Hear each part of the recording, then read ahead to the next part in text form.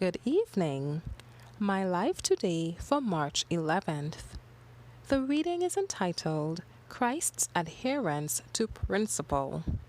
The scripture reading is taken from Psalm 40, verses 7 and 8. In the volume of the book it is written of me, I delight to do thy will, O my God. Yea, thy law is within my heart.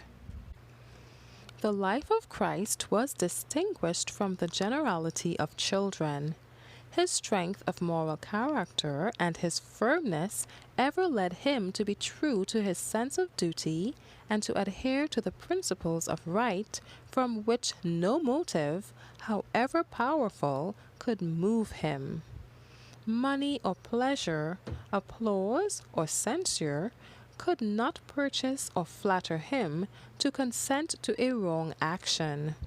He was strong to resist temptation, wise to discover evil, and firm to abide faithful to his convictions.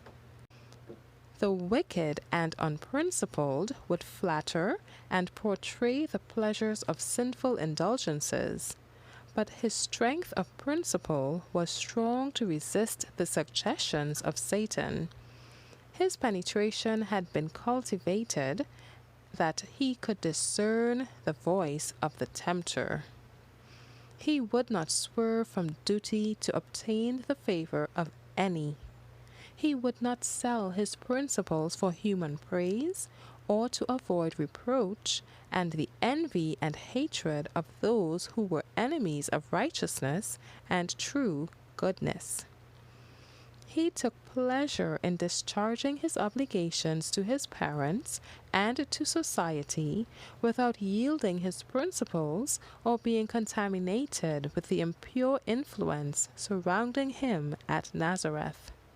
Never did Christ deviate from loyalty to the principles of God's law. Never did he do anything contrary to the will of his Father.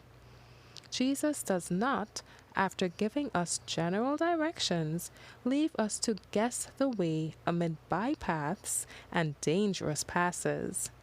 He leads us in a straight path, and while we follow him, our footsteps will not slide.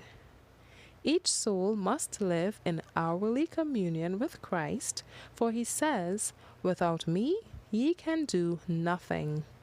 His principles are to be our principles, for these principles are the everlasting truth proclaimed in righteousness, goodness, mercy, and love.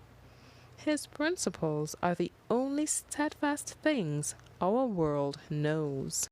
Thank you for listening. God bless you.